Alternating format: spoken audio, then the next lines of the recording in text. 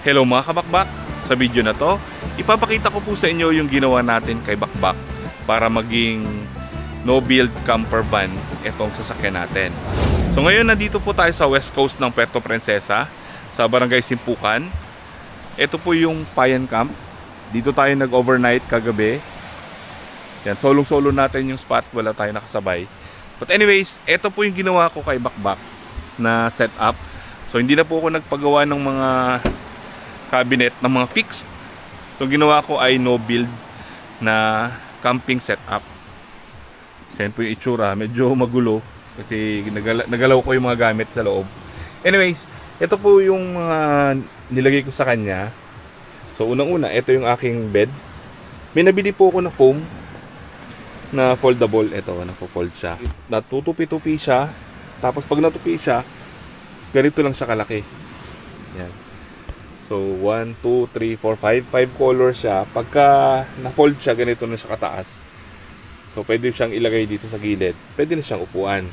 So dual purpose, nagiging higaan ko itong foam na to. Tapos pagka naka-fold siya, upuan na rin. Tapos sakto lang siya kasi kahit upuan mo siya, hindi siya mataas, hindi ka rin naabot dito sa bubong. So itong si Bakbak ay high roof, kaya perfect talaga yung paglalagay ng mga upuan. Kahit medyo mataas ng konti, kakasya ka pa rin dyan sa loob. Tapos yan, may dala tayong mga unan pang comfort na tulugan. So ganito po yung itsura ng ating bed pag naka-fold. Yan, pwede siyang upuan. Tapos maluwag na. So ibababa na natin yung ibang mga gamit.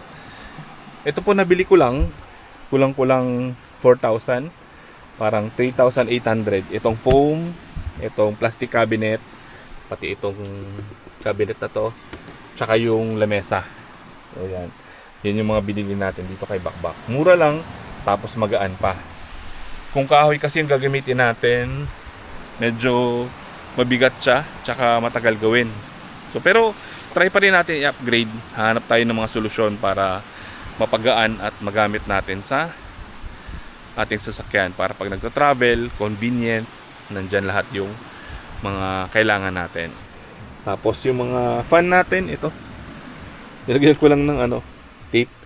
Yung dalawa yung electric fan ko, ito nililipat ko kung saan ko trip ilagay para mahanginan. Tapos itong isa, kinabit ko dyan sa taas para bumuga naman siya pababa.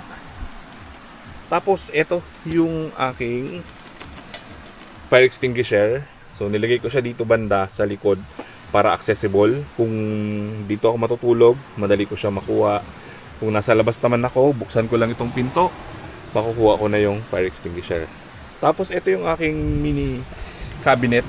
Medyo magulo na gamit kasi natin kahapon. So ito yung mga supply ko ng pagkain. Puro instant para just in case na gutumin tayo, may maluluto tayo ng mabilisan. Andyan din po yung plato. Nilagay ko lang siya sa ziplock na bag.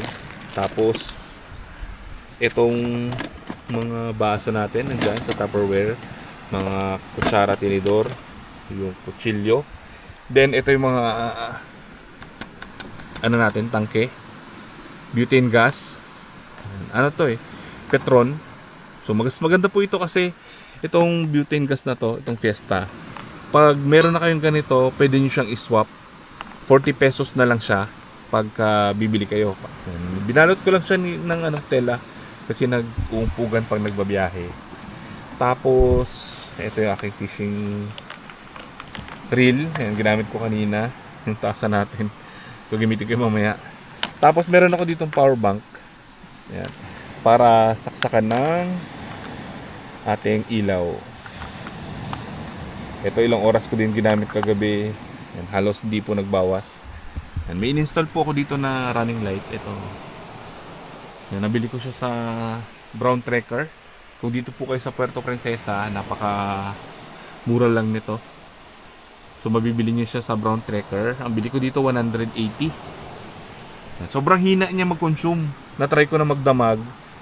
Alos hindi nagbawas yung power bank. 99 pa rin last time na ginamit ko. Ito, tapos ito. Yan, meron tayong Paudi Arco para sa mga pananakit ng katawan pag nagti-trekking. Ito must have talaga to. Talagang ginagamit ko to pang pag nagta-travel. Tapos pag medyo barado yung ilong, pwedeng pampahid, tapos ilagay nyo lang sa kamay ninyo, i-rub nyo, tapos amuyin nyo para guminawa yung paghinga. Then ito yung ating burner, rin siya, butane gas. Yan, may mga mat tayo dito, yung ating toiletry. Yan, nakalagay siya sa bag, toothbrush, toothpaste, sabon, shampoo, dito lahat. Tapos ito yung mga panghugas natin, sabon. Ayan, mayroon tayong uling. Ito yung initan natin ng tubig. Tapos yung ating chopping board. Yan, so ito yung nasa likod na banda ng aking sasakyan. Meron din pala akong ihawan dito. Kaya may dala akong uling para kung trip ko mag-ihaw ng isda or ano man yung gusto kong ihawin, pwede. Tapos may pala ako dito. Ito, first aid kit. Ito must have din talaga. Kailangan po ito para just in case na may masugatan, kailangan nyo po ng palinis ng sugat, may magagamit po kayo. Ito palang pinabalot ko dito at triangular bandage po ito. Pwede natin siyang magamit pang tali, pang splint sa mga nabalian, pang arm support. Yan, multipurpose po ito. Then ito yung mga camping chair natin. Meron akong malaking camping chair, mataas. Tapos meron din akong camping chair na mababa. So depende sa trip ko kung gusto ko ng mas relaxing or upuan na mababa, may dalawa akong choice. Tapos dito, diyan ko tinali yung aking fishing rod para hindi siya mabali. Then dito may mga sabitan po ako. Minsan diyan ko sinasabit yung susi para alam ko kung saan siya kukunin. Then dyan yung mga bag natin, sleeping bag, andyan din. Itong mahaba na to, ayan, po yan, folding bed. So kung gusto ko matulog sa labas, mahiga-higa sa ilalim ng puno, pwede. Then dyan, ito, tent yan. Kasyang-kasya dyan sa cabinet natin. Sapatos, dyan ko na rin nilagay. Then tubig, dito ko muna siya nilagay kasi walang mapaglagyan. Tapos meron tayo ditong power station, yung ating EcoFlow na River 3 UPS. Yan, naka-charge yung ating mga cellphone. Yan, ito must have din kung nag-overnight kayo sa mga spot, no? Kasi from time to time kailangan nyo pong mag-charge, lalo na yung mga gadget. Tapos kung nagko-content kayo, nagbablog, kailangan po yan para every time na nagamit nyo yung gears, anytime pwede kayo mag-charge. Yan. Kahapon nagamit natin siya nung pagpunta natin sa mga spot. Halos maubos po yung mga battery ng drone sa isang area. So habang nagbabiyahe, naka-charge yung mga batteries. Then dito naman sa ating side door, dito ko muna siya nilagay. Ito yung mga wires natin, mga kailangan ng mga cord pang charge. Nandito lahat yan nakalagay. May extra power bank, magkakasama siya para alam ko kung saan siya kukunin. Then ito yung ating mga damit. Yan, dito ko na siya nilagay para accessible. Pagbukas ko ng pinto, makukuha ko na yung mga damit. Hindi ko na siya binag kasi kung ibabag ko, mahirap siyang kunin, magugulo yung pagkakaayos. So dito ko na lang siya nilagay sa basket para hugot na lang ako ng mga damit. Diyan din yung ating tuwalya. Then dito sa harap, dito ko muna nilagay yung yung aking ice box. Dalawang ice box to actually. So ito po yung tip na natutunan ko para ma-preserve natin yung ice ng mas matagal. Una, lalagay kayo ng ice. Kailangan po dito ang rule ay 1:2. Kung gaano kadami yung item na ilalagay ninyo, dapat doble nun yung dami ng ice. Kung gusto niyo tumagal ng 2 hanggang 3 araw yung ice, kailangan mas marami. So kailangan nakapak siya ng maayos. Then pag nalatag yun na yung ice, lalagay niyo po siya ng cover ng tela or katsa sa ibabaw para hindi siya sumingaw. Then iwasan nyo rin po yung bukas-sara.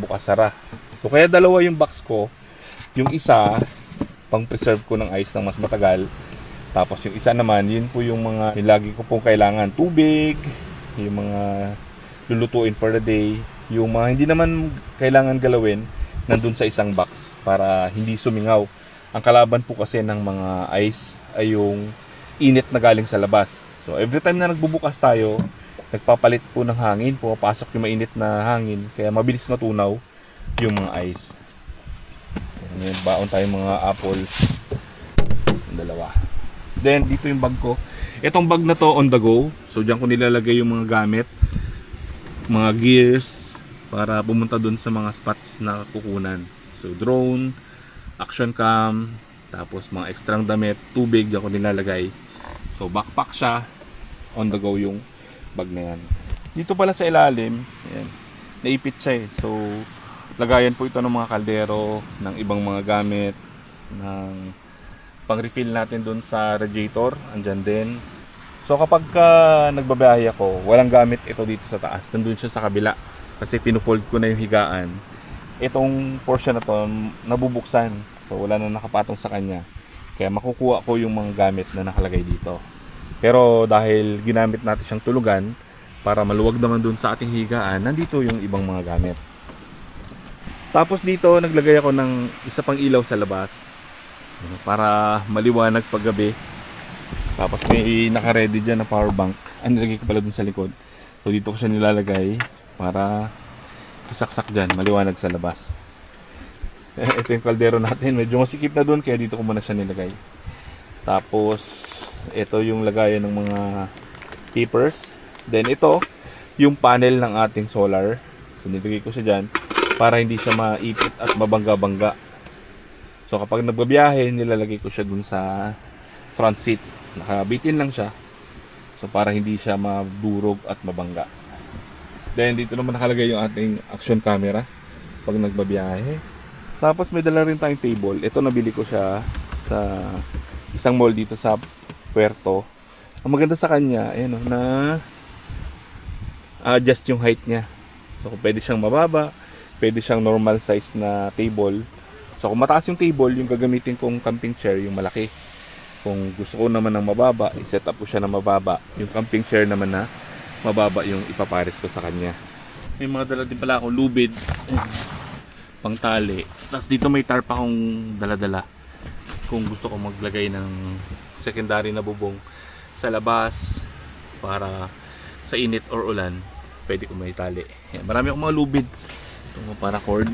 Ito yung pang rappelling. Nabili ko sa ukay-ukay, tig 200 lang. Nasa 30 meters. Ganda pa.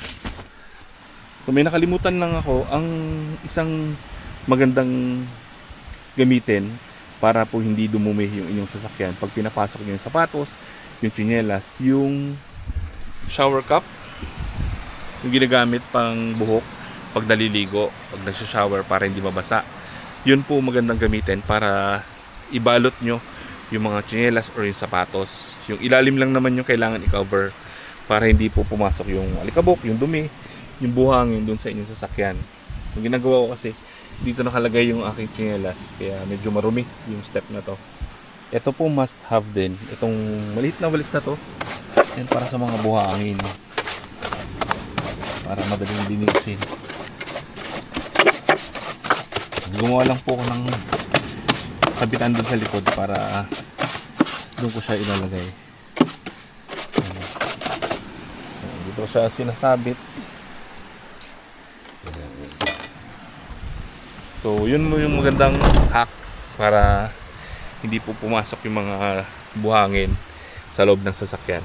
So ito lang yung aking camping setup na ginawa kay Bakbak. Ano siya, no build na camper van. So ito yung setup ko ngayon, paalis na. Naka-fold na lahat yung mga gamit, naka-fix na. Biyahe na tayo papuntang falls. So sana po nakatulong yung information na to para magkaroon kayo ng idea kung paano maglagay ng no build na camper van. Maraming salamat. See you!